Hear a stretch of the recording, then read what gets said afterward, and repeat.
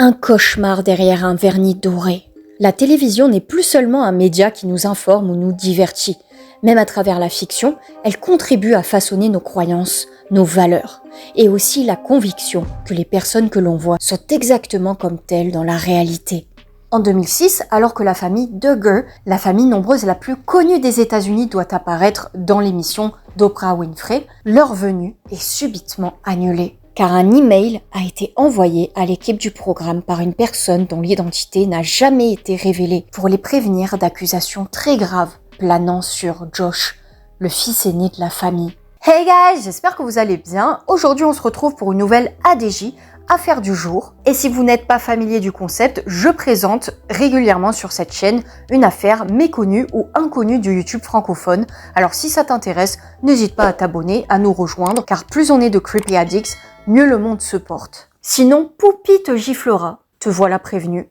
Aujourd'hui, c'est une affaire assez compliquée, d'autant plus qu'elle touche à l'enfance. Donc si tu es sensible à ce sujet, comme je pense tout le monde, te voilà prévenu. Mais trêve de bavardage, je te laisse avec le générique.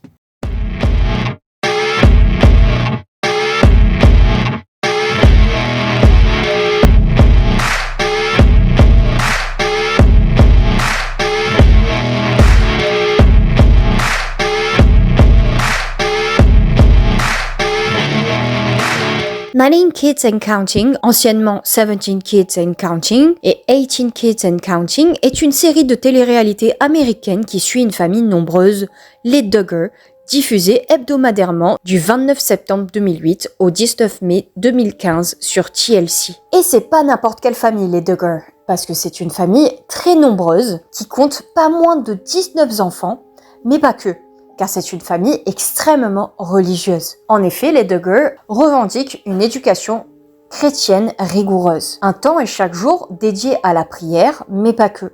L'école a lieu à la maison, la télévision est bannie, un peu ironique quand on pense qu'ils font partie d'une émission de télé-réalité finalement, qui est diffusée où ? À la télé. Le code vestimentaire est strict, surtout pour les jeunes filles. Pas de pantalon, jupe et robe obligatoires en dessous du genou, pas de décolleté ni d'épaule dénudée, ça restreint un petit peu la garde-robe. La famille ne va d'ailleurs pas à la piscine ni à la plage, et la vie amoureuse des Duggar est par ailleurs très codifiée. Les relations hommes-femmes ont lieu en présence d'un chaperon, pas de dating classique, mais un courtship officiel approuvé par les parents, durant lequel les accolades de bienvenue sont les seuls contacts physiques autorisés. Et ce n'est qu'après les fiançailles que le couple peut se tenir la main.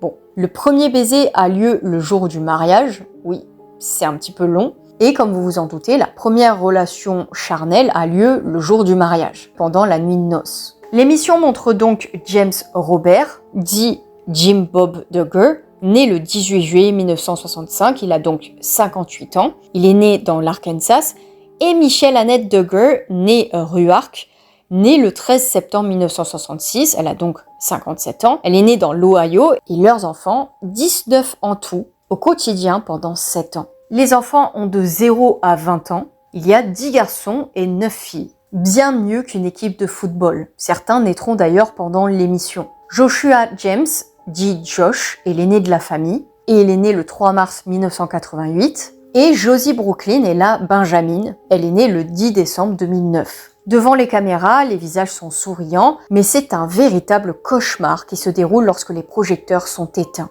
Car l'aîné, Josh, abuse des plus jeunes enfants, 5 jeunes filles entre 2002 et 2003. Mais Jim Rob et Michelle, les parents, vont le cacher afin que l'émission soit diffusée et qu'il gagne des sous, accessoirement. Et un rapport de police datant de 2006 révèle que Josh avait abusé d'autres enfants dans le foyer. Il en profitait pendant que ses petites sœurs dormaient et avait réitéré ses actes 5 fois. En juillet de la même année, il abuse d'une fille qui dormait sur le canapé et en mars 2003, il fait 2 autres victimes en invitant une jeune sœur à venir sur ses genoux pour lire soi-disant une histoire. Je vous laisse imaginer, ou plutôt ne pas imaginer la suite qui sera immonde. Mais comment peut-on faire ça à ses propres sœurs et un enfant tout court ? Les enfants, bien évidemment, qui parlent entre eux, alertent les autres enfants qui étaient dans une autre pièce. Une autre fois, alors que sa petite sœur s'occupait du linge, il va la toucher. L'église dans laquelle il se rendait Donc l'église familiale était au courant de ses agissements, mais avait simplement proposé qu'il suive un programme au sein d'un hôpital, l'hôpital Vista. Mais les parents vont refuser car ils avaient peur que Josh tombe sur d'autres agresseurs CUL. Mais je ne sais pas ce que vous en pensez, mais je pense qu'ils craignaient juste pour leur réputation. En effet, des gens qui étaient particulièrement impliqués dans l'église et la vie religieuse en général, ça marque mal d'avoir un fils qui est dans un hôpital psy, surtout dans ces milieux-là. À la place de cela, Josh va suivre un programme chrétien à Little Rock, où il va faire du travail manuel pendant 4 mois. Je vois pas en quoi ça améliore la santé mentale, mais bon. Mais en réalité, même au sujet de cela, les parents ont menti aux médias car à ce moment-là, Josh ne va pas suivre un programme, mais il va juste rénover la maison d'un ami à eux. Pas du tout une thérapie susceptible de l'aider, quoi. À ce moment-là, il aurait fallu l'envoyer chez des psychiatres et des psychologues et l'éloigner de la famille. À son retour, Jim, Bob et Michelle lui font rencontrer un ancien soldat, donc une figure un petit peu officielle pour eux, dans le but qu'il avoue ses crimes. En gros, qu'il se confesse. Cet homme-là s'appelle Joseph Hutchence et il va être extrêmement sévère envers Josh. Alors c'est un petit peu l'hôpital qui se fout de la charité, connaissant le personnage, car il se trouve que plus tard, ce même homme sera arrêté pour possession de pédopornographie et condamné à 56 ans de prison. Et il se trouve que c'était un des amis des Duggar. Alors je sais pas ce que vous en pensez, mais c'est tout à fait possible que Josh se soit fait abuser par une telle personne, vu qu'il était très proche du couple. D'où son comportement ensuite avec ses jeunes sœurs. Avant cela, Josh avait avoué avoir abusé de plusieurs filles, dont 2 qui étaient ses sœurs, Jill Duggar Dillard et Jessa Duggar Sewald, quand il avait entre 12 et 15 ans. Donc elles étaient très jeunes. Mais selon ses parents, donc Jim, Bob et Michelle, il ne s'était absolument rien passé. Oui, comme vous le verrez par la suite, ils défendent coûte que coûte leur fils aîné. Rien ne s'était passé non plus entre Joseph Hutchence et Josh, mais je pense qu'il faudrait plutôt poser la question à Josh plutôt qu'à ses parents qui n'étaient pas là lors de leur discussion. Après cette discussion, pour Jim, Bob et Michelle, le problème était totalement résolu. Ils nommaient ce problème-là incident. Genre, abuser de tes jeunes sœurs, c'est un incident.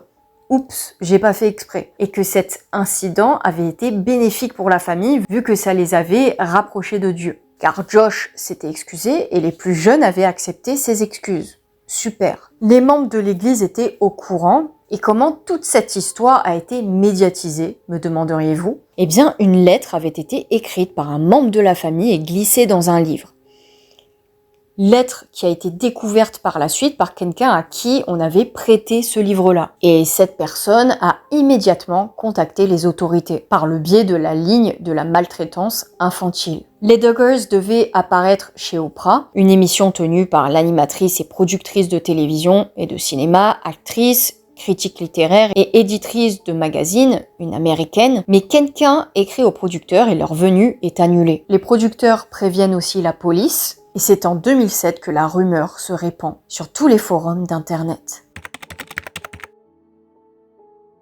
Malgré tout ça, le premier épisode de la télé-réalité sort. Josh a pris de l'âge, vu qu'il a 20 ans, et il épouse Anna Renée Keller, avec qui il aura 3 fils et 4 filles. Mais même marié, Josh a des aventures extra-conjugales, dont une avec une ancienne actrice X, Danica Dillon, qui a 37 ans aujourd'hui. Il la rencontre en 2013 dans un club de striptease, il est gentil avec elle, chante ses louanges toute la soirée, disant combien elle était belle.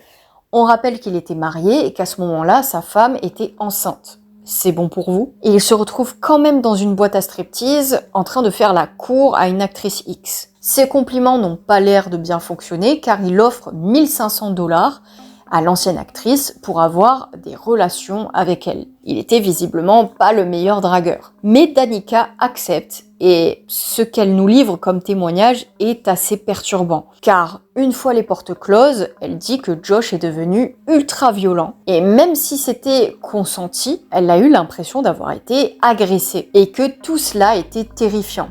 À la fin, après l'avoir forcé à pratiquer sur lui une sucette, je vais pas dire le mot, il lui jette de l'argent comme ça sur la table, comme si c'était un chien, et il part. Quelque temps après, Duggar va s'excuser auprès d'elle, en lui disant simplement qu'il n'était pas lui-même lorsqu'il avait agi ainsi envers elle, et qu'il n'était pas un sale type. Ouais, permets-nous d'en douter. Mais il parvient à la convaincre et les deux se rendent dans une chambre d'hôtel pour avoir à nouveau des relations. Je ne sais pas comment il a réussi à la convaincre à nouveau, mais bon. Surtout que cette fois-ci, c'est encore pire. Elle dit qu'il veut prendre un contrôle total sur son corps. De peur, Danica avait même prévu d'appeler les urgences, enfin le numéro d'urgence, qu'elle avait précomposé sur son portable et caché derrière un oreiller. C'est vous dire. En 2015, les médias publient les rumeurs qui pullulent de plus en plus sur Josh. Des rumeurs qui sont de plus en plus prises au sérieux. Tellement au sérieux que Josh se sent obligé de faire des excuses publiques sur son Facebook. Qu'il avait agi en tant qu'adolescent 12 ans auparavant de façon inexcusable. Il avait avoué cela à ses parents qui avaient pris les mesures nécessaires. Si on peut appeler ça des mesures. Et qu'il avait avoué ses actes aux autorités. À la télé, ses parents vont apparaître dans des émissions en essayant de justifier, enfin plutôt de couvrir leur fils, en minimisant ses actes, en disant qu'il était jeune, ouais bon c'est pas comme s'il avait volé des bonbons quoi, et qu'il avait touché les filles que par-dessus leurs vêtements, et ce n'était pas du tout pendant longtemps vu que ça avait duré que quelques secondes. Ah ouais c'est bon, il est innocent. Par la suite, on sait que même cette déclaration était fausse, car il avait touché ses sœurs sous leurs vêtements. Et même si ça avait été dessus, ça aurait été quand même grave. Enfin, c'est pas normal, quoi. Mais deux de ses victimes prennent la parole et le défendent également, peut-être par pression familiale. Et les filles disent que traiter leur frère de voleur et de prédateur était exagéré. Peut-être qu'avant l'émission, leurs parents leur avaient dit quoi dire justement, surtout sous la menace de la suppression de leur émission et la perte financière que cela représentait. Je pense que c'est surtout ça. Mais quelques mois plus tard, malgré l'interview, aux questions illustrant des réponses bancales, l'émission est annulée, à la bonne heure. Et d'autres sombres informations vont être révélées à propos de Josh, comme si tout cela ne suffisait pas. Ashley Madison, non, ce n'est pas le nom d'une personne et vous ne connaissez pas ce nom à moins que vous ne soyez une horrible personne, car Ashley Madison est un site de rencontre en ligne et pas n'importe lequel car il vise les internautes mariés, ou du moins vivant en couple, souhaitant avoir une relation extra-conjugale. Son slogan est « Life is short, have an affair ». La vie est courte, ayez une aventure extra-conjugale. Vous voyez le genre. En gros, c'est un site de rencontre discrète entre adultes. Et à ce stade-là, vous devez deviner où je veux en venir. En 2015, le piratage du site de rencontre extra-conjugale par le groupe The Impact Team a viré au cauchemar pour ses 37 millions d'utilisateurs. Oui, je sais, ça fait beaucoup. Ça donne pas foi au mariage. Non, adresse mail et domicile d'infidèles ont été publiés sur Internet, ainsi qu'une carte interactive de l'infidélité mondiale. Je vous montre celle de la France. Oui, je sais, c'est choquant. Si vous voulez une petite idée de la proportion des infidèles qui a été trouvée en France, sachez que 37 641 d'infidèles habitent à Paris, contre 6 065 pour Lyon, 5 141 à Marseille, 4 975 pour Bordeaux et 4 591 pour Lille. En plus de tous les autres qui trompent leurs conjoints et qui ne font pas partie du site. Il y a également une très forte représentation de la jante masculine. 85% environ. Et en France, on recenserait plus de 260 000 utilisateurs d'Ashley Madison, d'après la société Cyber Angel, spécialisée dans la cybersécurité. Pour revenir à Josh, à cause de la faille de sécurité du site, son nom va ressortir et on va se rendre compte que parmi tout ce qu'il faisait, c'était un homme infidèle, car il avait 2 comptes sur le site, qui n'étaient pas gratuits car il payait pas moins de 1 000 $ par mois. À la suite de la publication de ces informations, Josh va encore publier des plates excuses sur son compte Facebook. Il dit qu'il avait embrassé les valeurs de la famille. Ah bon, j'ai vu mieux quand même. Qu'il avait une addiction au porno et que cela l'avait mené à être infidèle. C'est hyper dur à dire. Et que cela l'avait des excuses bancales, quoi, en gros. À la suite de cela, il va conclure un accord avec sa femme afin de réduire sa consommation de porno.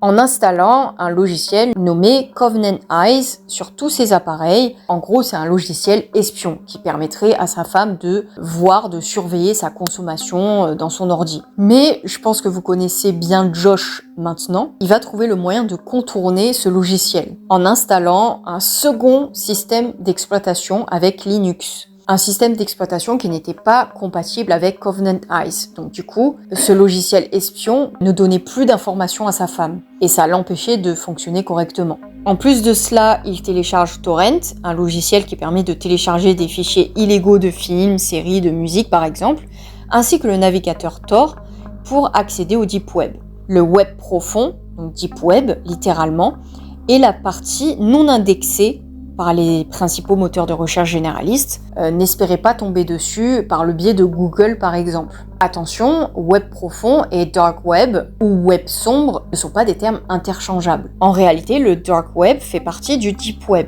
Certains l'utilisent pour échapper à la censure gouvernementale, d'autres s'en servent également pour mener des activités hautement illégales sur le dark web. En 2019, Josh est employé par Wholesale Motor Cars.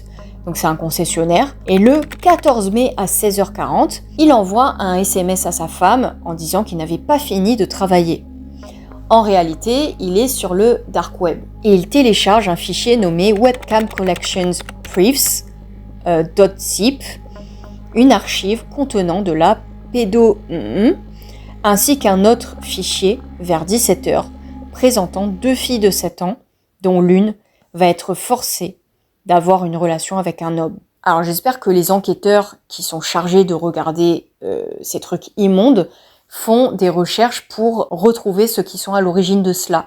Car malheureusement, si ces fichiers sont produits, ces vidéos sont produites, c'est qu'il y a des gens qui sont derrière tout cela. Il y a de réelles personnes qui produisent ce contenu abject et monstrueux. 1 heure après ce téléchargement immonde, Josh envoie une photo du parking de Wholesale Motor Cars à sa femme pour prouver qu'il était toujours sur son lieu de travail.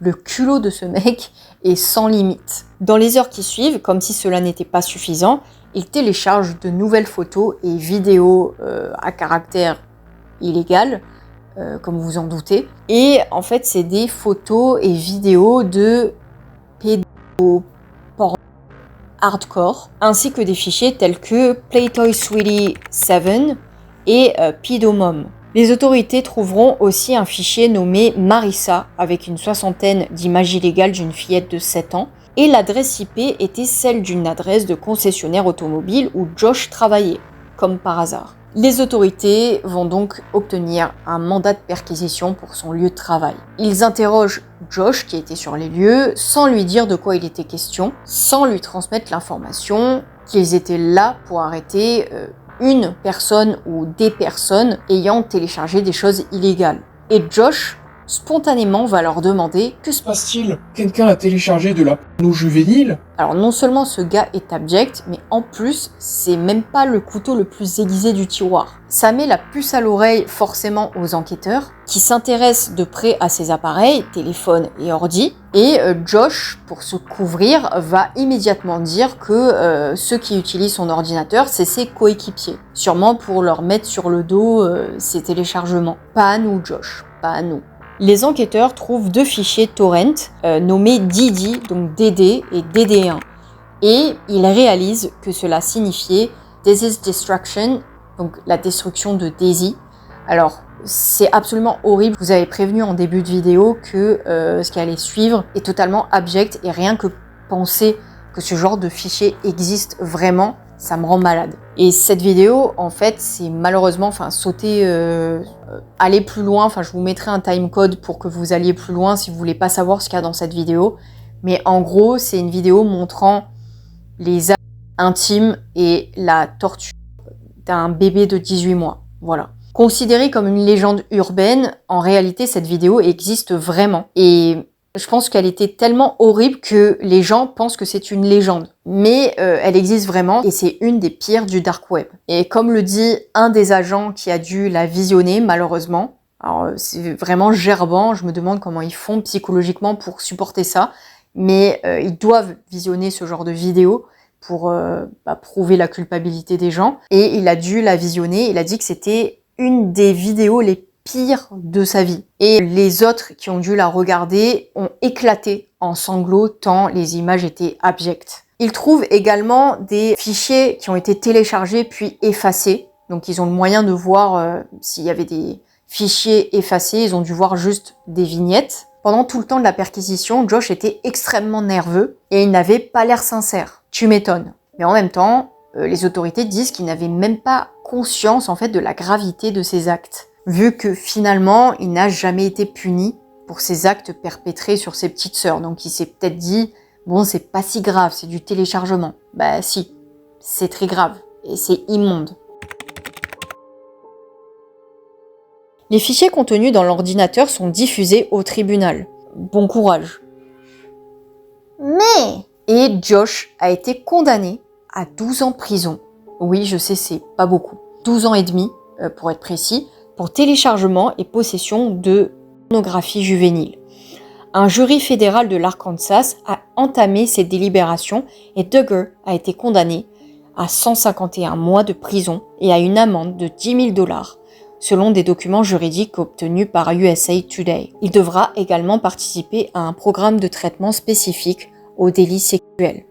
L'avocat de Duggar, Justin K. Gelfand, a déclaré à USA Today « Nous sommes impatients de poursuivre le combat en appel ». Appel qui a été bien heureusement rejeté. Donc tu peux toujours parler, monsieur l'avocat, mais c'est mort. Une semaine avant que le sort de Duggar ne soit prononcé, sa cousine Amy King a écrit une lettre ouverte à Anna, la femme de Duggar, sur Instagram, lui disant « Il n'y a aucune honte à divorcer de Josh ». Alors, je dois avouer que je comprends pas très bien comment sa femme, Anna, est restée mariée avec lui. Après tout ce qu'il y a eu, tout ce qui a été découvert, déjà les aventures extra-conjugales, le fait qu'il ait attouché de ses petites sœurs, surtout, et ensuite tout ce qui a été découvert dans son ordi, quoi. C'est dégueu. Et sachant tout cela, sachant qu'elle a été trompée, elle est restée avec lui.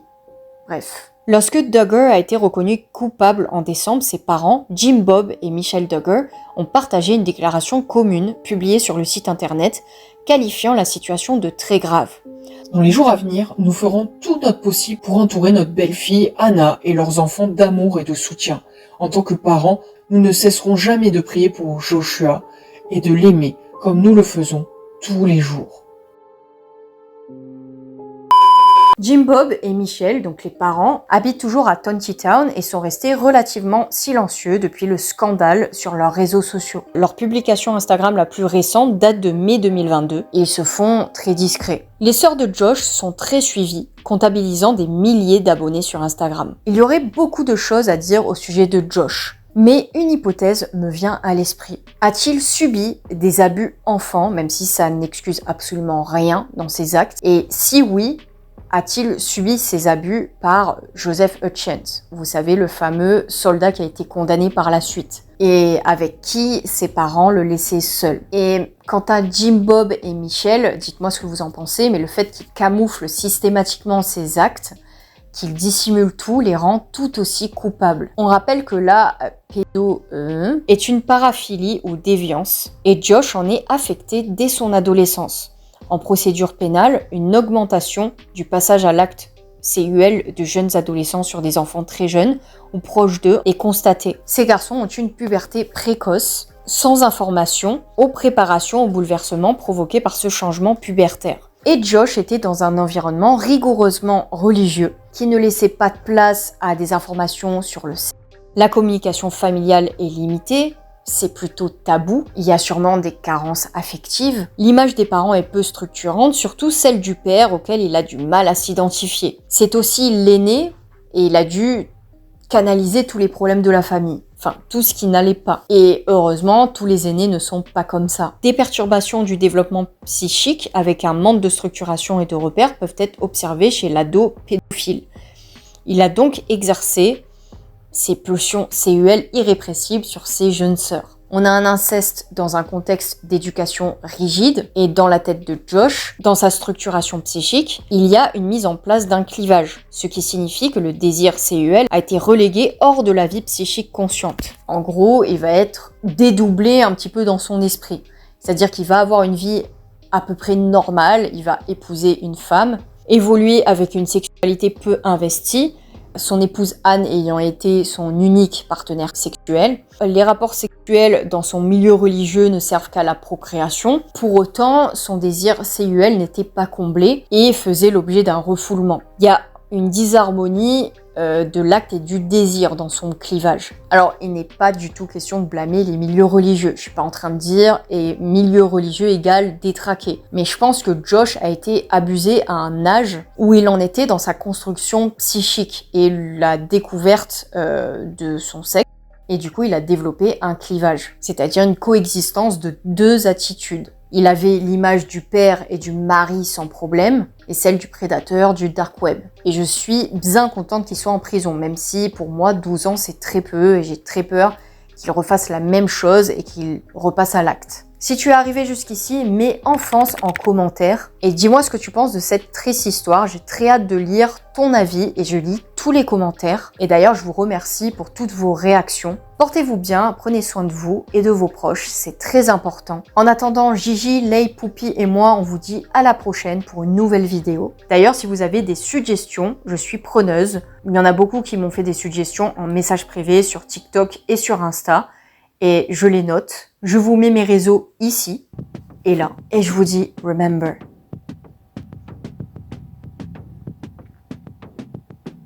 C'est ça. You rock.